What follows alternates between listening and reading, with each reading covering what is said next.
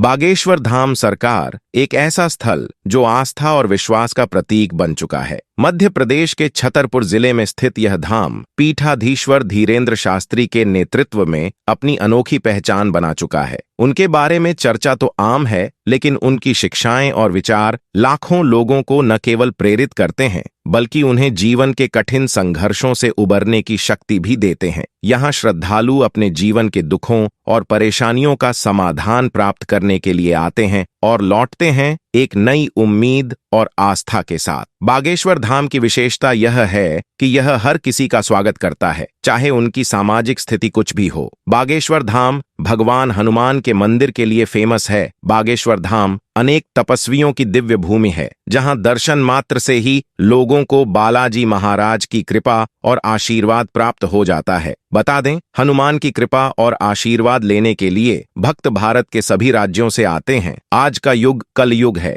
आज के युग में सतयुग वाले महापुरुष मिल पाना असंभव सी बात लगती है। साथ ही जब भी किसी बाबा को प्रसिद्धि मिलने लगती है, तो ऐसे बाबा इन धर्म कर्म के कामों को एक बिजनेस बना लेते हैं और लोगों के साथ विश्वासघात होता है। दोस्तों, एक कहावत है, आए थे हरिभजन को ओटन लगे कपास। इसका अर्थ है ईश्वर का भजन करने आए थे, सांसारिक मोह माया और आनंद का मजा लेने लगे। ऐसे ही होते हैं ढोंगी बाबा या भोगी बाबा। इनका ईश्वर से न के बराबर लगाव होता है, जबकि पाखंड और आडंबर अधिक होता है। लेकिन हाँ दोस्तों, आज कल के जमाने में एक ऐसे बाबा हैं जो निस्वार्थ भाव से लोगों की सेवा करने में लगे हुए हैं। इनके दरबार में जो कोई भी जाता है, ये उसके मन की बात पहले ही जान लेते हैं। इन दिनों बागेश्वर धाम सरकार की चर्चा न केवल देश बल्कि विदेशों में भी जोरों पर है। बागेश्वर धाम में बालाजी महाराज का ऐसा चमत्कारिक मंदिर है, जहां भक्त अपनी समस्याओं की अर्जी लगाते हैं और फिर सुनवाई होती है। बागेश्वर धाम के पीठाधीश्वर पंडित धीरेन्द्र कृष्ण शास्त्री की चर्चा इन दिनों खूब सुनने को मिलती है। धीरेन्द्र शास्त्री द्वारा यह दावा किया जाता है कि जो भक्त यहां अपनी अर्जी लेकर आते हैं, उनकी समस्या का निवारण हो जाता है।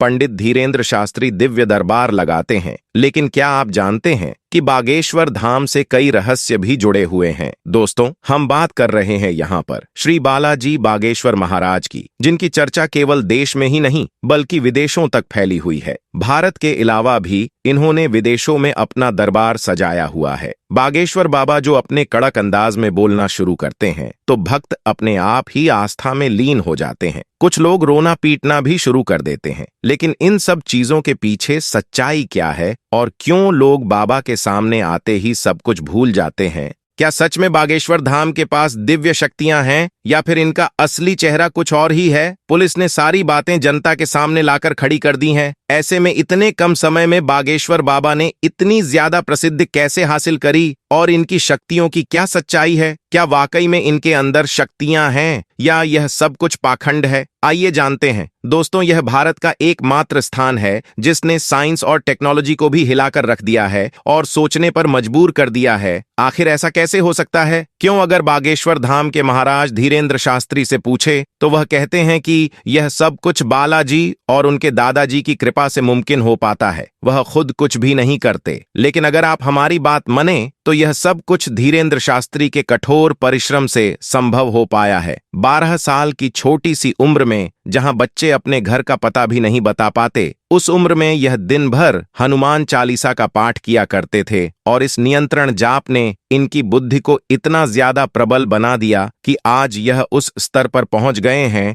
जहां इन्हें लोगों की बात को समझने में रत्ती भर भी समय नहीं लगता। बागेश्वर धाम की चर्चा इन दिनों भले ही तेजी से हो रही है, लेकिन इसका निर्माण बहुत समय पहले ही हो चुका था। बागेश्वर धाम में बालाजी महाराज का प्राचीन और चमत्कारिक मंदिर है। पंडित धीरेन्द्र शास्त्री से पहले यहाँ पीढ़ी दर पीढ़ी प्रसिद्ध संत दिव्य दरबार लगाते आए हैं, लेकिन शुरू में इसका प्रचार प्रसार इतनी तेजी से नहीं हुआ था जैसा कि आज है। बागेश्वर धाम मंदिर की विशेषता यह है कि यहाँ आए भक्तों की मनोकामना पूरी होती है और समस्याओं का समाधान होता है। मान्यता है कि बालाजी महाराज और सन्यासी बाबा की कृपा से सब सिद्ध हो जाता है। बागेश्वर धाम में धीरेन्द्र शास्त्री से पहले उनके दादाजी भगवान दास गर्ग दरबार लगाया करते थे। धीरेन्द्र शास्त्री ने दादाजी के शरण में अपना बचपन व्यतीत किया और दादा के साथ ही धार्मिक गतिविधियों से जुड़ गए। साथ ही साथ वे दरबार भी लगाने लगे और जन कल्याण के लिए काम करने लगे। इस तरह से धीरेंद्र शास्त्री को सिद्धि प्राप्त हुई। आपको बता दें, बागेश्वर धाम सरकार का जन्म छतरपुर के छोटे से गांव गढ़ा में हुआ था। इनका जन्म बहुत ही गरीब ब्राह्मण परिवार में हुआ था, लेकिन गरीबी के आलम में अपना बचपन गुजारने के बावजूद आज धीरेंद्र कृष्ण स्वामी बड़े बड़े अरबपतियों को भी अपने दरबार में झुकाने की शक्ति रखते हैं। कहा जाता है कि धीरेंद्र कृष्ण स्वामी हनुमान जी के परम भक्त हैं और 12 साल की छोटी सी उम्र से ही इन्होंने बालाजी यानी कि हनुमान जी की सेवा शुरू कर दी थी। इनका पूरा ध्यान भगवान की सेवा में ही लगा रहता था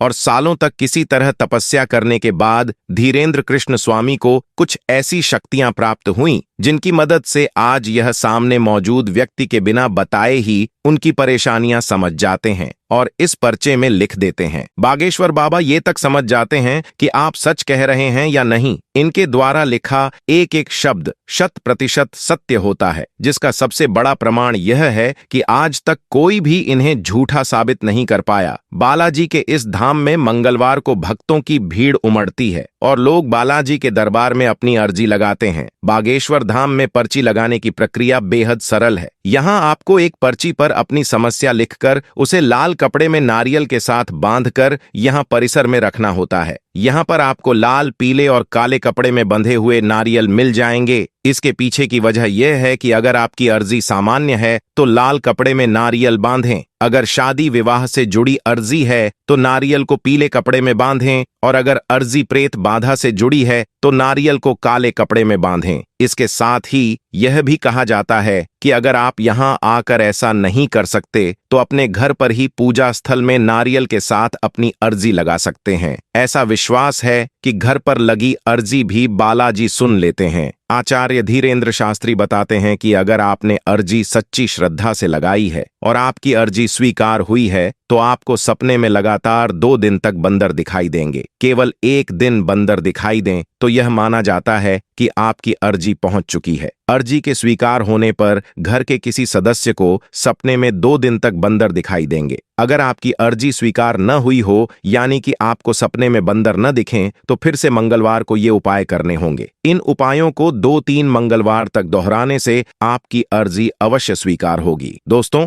ऐसे में इनके पंडाल में अर्जी लगाने आए एक युवक की कहानी आजकल काफी चर्चा में चल रही है। बागेश्वर धाम सरकार अपने दिव्य दरबार में चमत्कार दिखाते हैं, पर्ची लिखकर लोगों की समस्या बताते हैं। टीकमगढ़ में आयोजित रामकथा में बागेश्वर धाम सरकार ने दिव्य दरबार लगाया था। इस दिव्य दरबार में उन्होंने ऐसा चमत्कार दिखाया कि यहाँ मौजूद श्रद्धालु देखते ही रह गए। दरअसल एक भक्त ने बाबा के दरबार में अर्जी लगाई थी। बाबा के पर्ची लिखने से पहले युवक खुद अपनी पर्ची लिखकर लाया था। उसने अपनी पर्ची अपने सिर में बांधी, रुमाल में छिपाकर रखी थी। बागेश्वर धाम सरकार ने अपनी पर्ची में वही बातें लिखीं जो युवक ने अपनी पर्ची में लिखी थी। युवक ने बागेश्वर धाम सरकार से कहा कि मैं अनुसूचित जाति का हूँ। युवक की बात सुनकर बागेश्वर धाम सरकार ने कहा कि मैं साफ कह देता हूँ कि मैं जातिवाद पर भरोसा नहीं करता हूँ। मैं अपने आदर्श राम के मार्ग पर चलता हूँ। उन्होंने शबरी के घर बेर खाए और आचार्य वशिष्ठ जी के भी घर गए, इसीलिए मैं जातिवाद पर भरोसा नहीं करता हूँ। तो दोस्तों, आपको आज की ये वीडियो कैसी लगी कमेंट में जरूर बताइए। वीडियो अच्छी लगी हो तो लाइक जरूर करें, साथ ही चैनल को सब्सक्राइब भी जरूर कर लें।